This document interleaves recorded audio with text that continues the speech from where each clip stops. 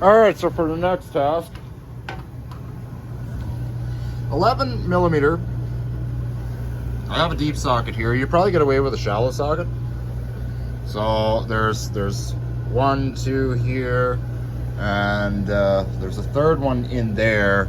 That's as many as I counted for now. So 3 of them seems about right. I don't think for an air box there'd be much more than that, but I could be wrong here.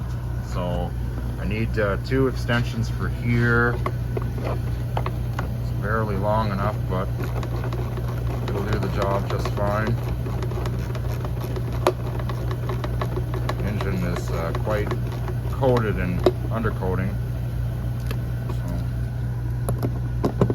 it'll be a bit of a filthy job to try and do this, but at last it's going to get done. So I'll remove these. 11 millimeter for these.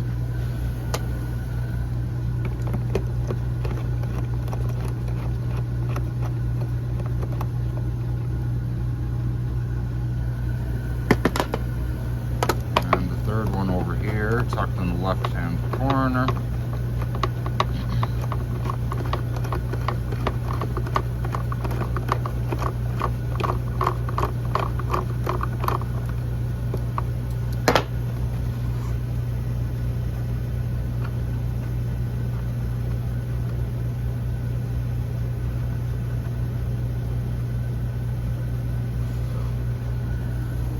Bon. Now, we'll undo this hose clamp here. Find my trusty screwdriver. Probably locked up in the trunk. Be the first time that's happened.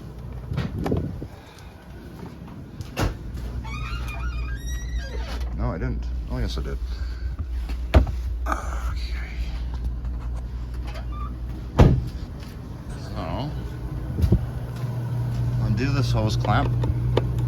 Just enough to remove it from the intake duct going to the throttle body unit. That should probably be sufficient. There's like a...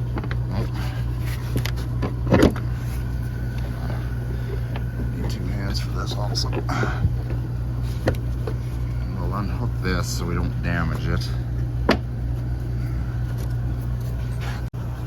Alright, so that took a little bit of manpower to get that off. It's all coated in crap. So I finally got the air box off. Now, there might be one down here. I'm starting to think maybe. Feeling around. I can't feel anything. But we'll unloosen these 2. And they might be... Oh, they're an 11 too. Look at that. So you have all your tools at hand here. We'll go ahead and unbolt that. And we'll get it out of our way. We'll have to flip this upside down, and it's half full. If you're in the same predicament as I am, you might have to try and see if you can salvage some of that. Otherwise, you'll have a mess on your floor.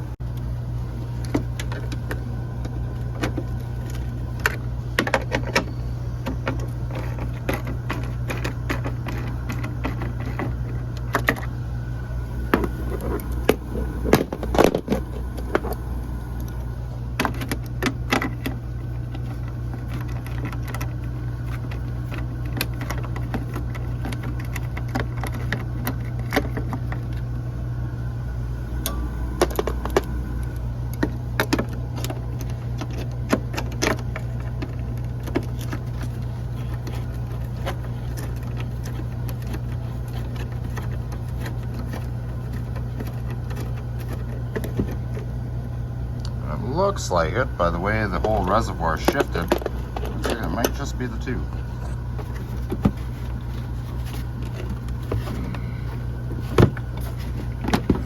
Be careful as you're pulling this out. If your inner fenders are a little corroded, if your fender's a little corroded in here, you could actually wreck your wiring. Look at all the salt in here. Like, this is all got to be cleaned. Ugh, just horrendous crap. Can't stand that stuff for the life of me. So anyway, move all this flotsam and jetsam here. So one of these is for our pump, and and one is for the sensor. So you can tell here that this is definitely for the pump. Makes me wish I would have actually got a new pump too while I was in here, but I think we'll be all right. And then this one here on the very bottom is for our sensor right here. So we'll go ahead and unhook that guy. Let's see if I can do this single-handedly here.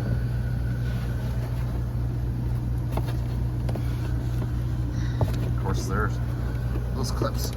Okay. All right, so what you can do, seeing as how some of this is draining, it seems like the top might actually hold some of it, but you can do the repair simply right here if you wish, or you can totally yank the unit right out of the car, put it on your bench, and do it that way as well, which is probably what I'm going to do here. This can be a little bit problematic to get out. Okay, so you might have to be a little persuasive with this. I grabbed a pair of pliers. Just make sure you don't do any damage to the reservoir itself. Just pull on one corner, pry it back and forth a few times, and it will pop. So when you lift it, you'll have this. There's a gasket on this end of it, and there's a gasket here, which prevents it from leaking like it is now. All over the floor, I might add.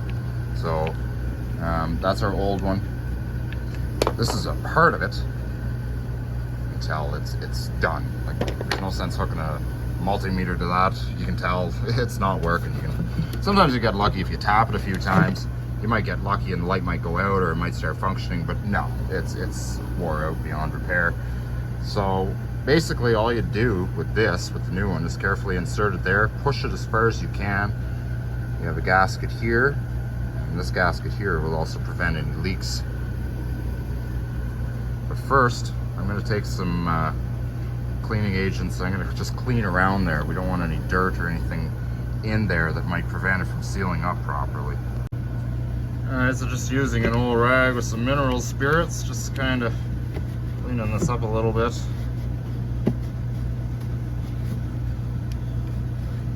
To get any of that stuff in the hole, but you know, it's well, like I say, this is just a small little tube that runs all the way up to your jets, your orifices for the washer fluid sprayers and all that. You don't want anything getting in there because, you know, I see a lot of it, you know, running a detailing shop. You know, you're trying to unplug some of them after people leave their vehicles parked under a pine tree for months on end.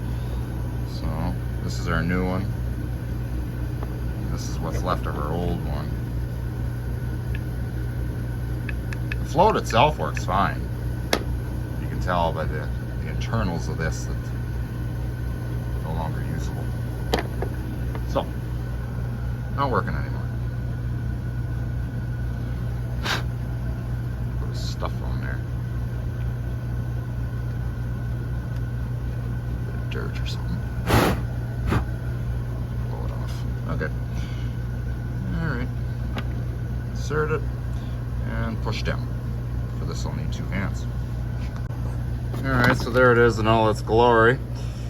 Probably a thin coat of engine oil might have helped with the install. It will be a little troublesome, but you want a good seal, right? So I'm just lifting the reservoir up. Now I know there's not much in there anymore. We want to make sure that it's not going to leak.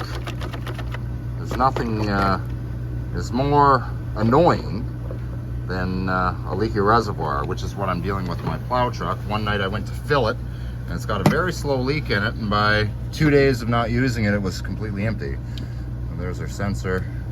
Looks like we got some floaties in there. Let's see if we can get rid of that. Oops, made a mess. So technically it should be flushed out of there too if you really wanted to take the time and yank the whole assembly out of there. I've decided just to make a mess on my garage floor. So you could flush it out with some plain water. If you're battling the cold Canadian winter, just make sure that you get all the water out of there before you take the vehicle outside, or it'll freeze and bust. Alright, so next we'll install our connector for our level sensor.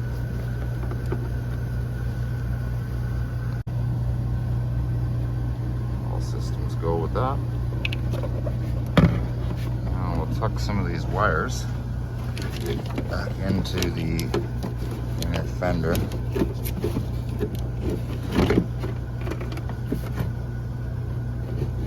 And this tubing was running in through here.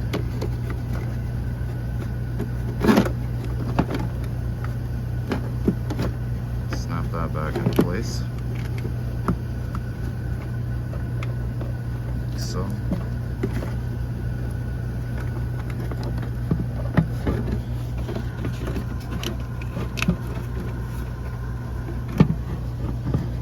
Making sure that we're not going to jam any wires in the due process. We're golden there. We'll bolt it back up, just wipe the reservoir down a bit, so when we do add fluid, we're not going to accidentally put any dirt or anything into it. We'll go ahead and install this. Washer fluid that was in it must have had some detergent in it, because I can feel it on the cut that I have right now too, so might want to wear gloves if the water reservoir is full. Wash your hands thoroughly after you're done.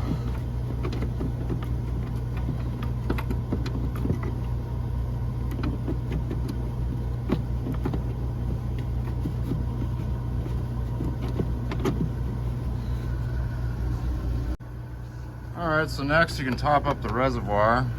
While you have the air box out, just visually inspect down below for maybe 2-3 minutes just to see if it is in fact leaking, because nothing sucks more than having to tear everything back apart. The thing with these 8-liter jugs is they don't have a handle on the side. Probably make a mess doing this.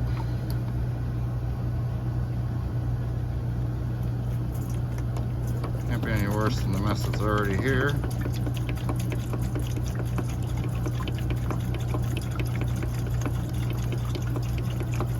Right about now you can see the float is going up. Right about now probably the light will go out.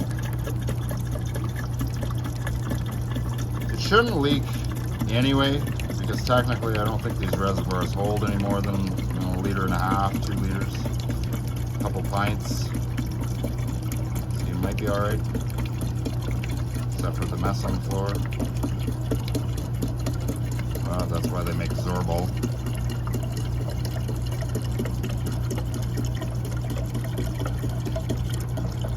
Probably be better if I open the vent on the top.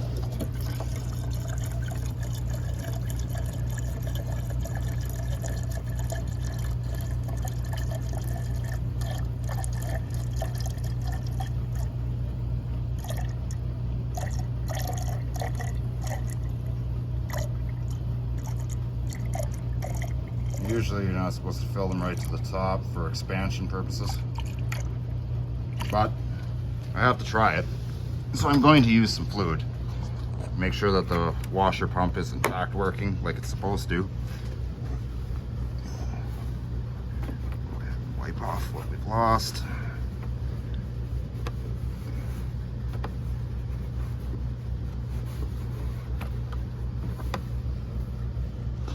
And inspect.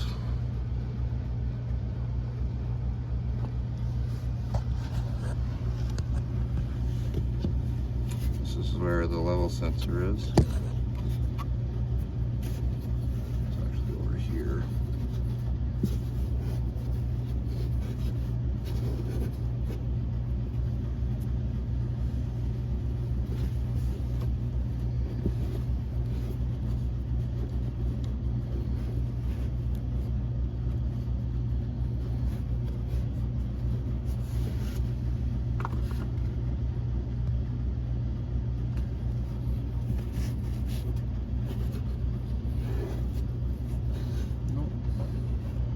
Feels good.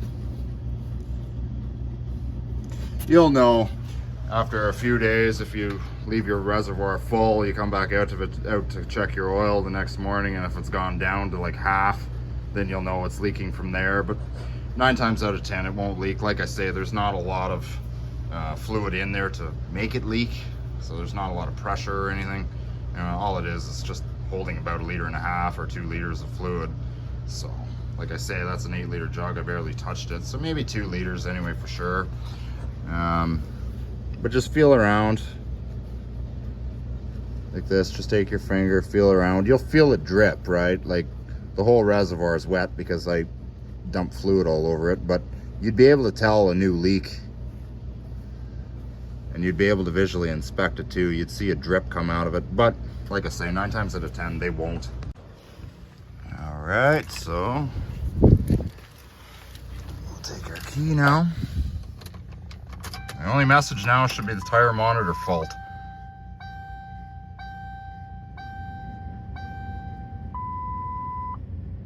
Which it is. And if we hit the reset button on the Crown Victorias, we can get rid of it. And if we close the door, that gets rid of that. So now we're at the home screen here.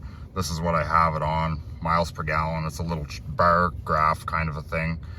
We'll try our washer fluid.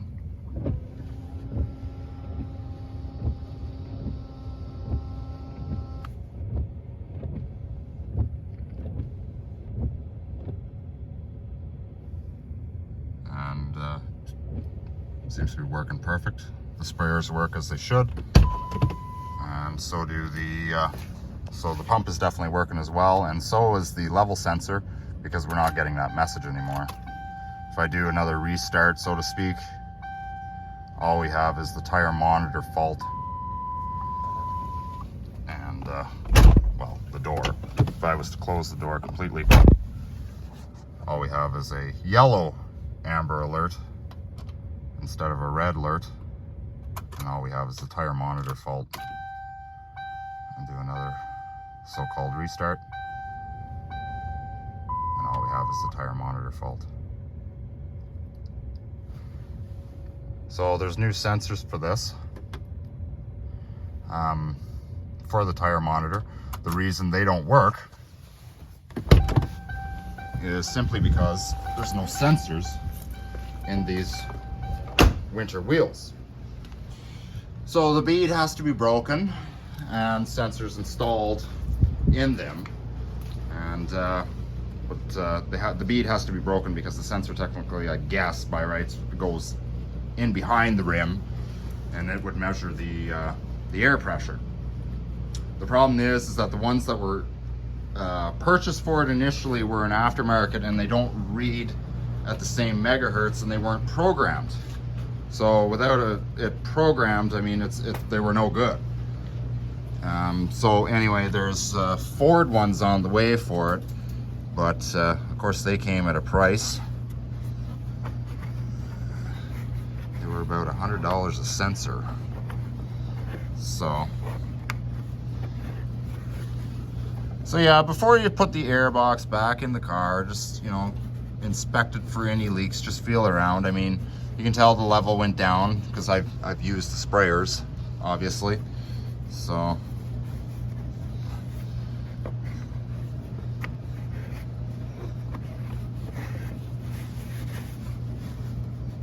and you'd notice a drip nearly immediately.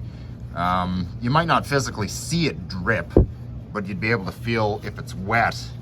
And if you take your hand, like right now the fluid is cold because the garage wasn't heated, but you'd be able to feel, you can even push on the sensor itself, and if you push on it, move it back and forth kinda, if you feel a little bit of water coming out of it, then you know it's not perfectly sealed. But no, that's got her. It's in there. So that's the level sensor portion of it. So now we can install the air box.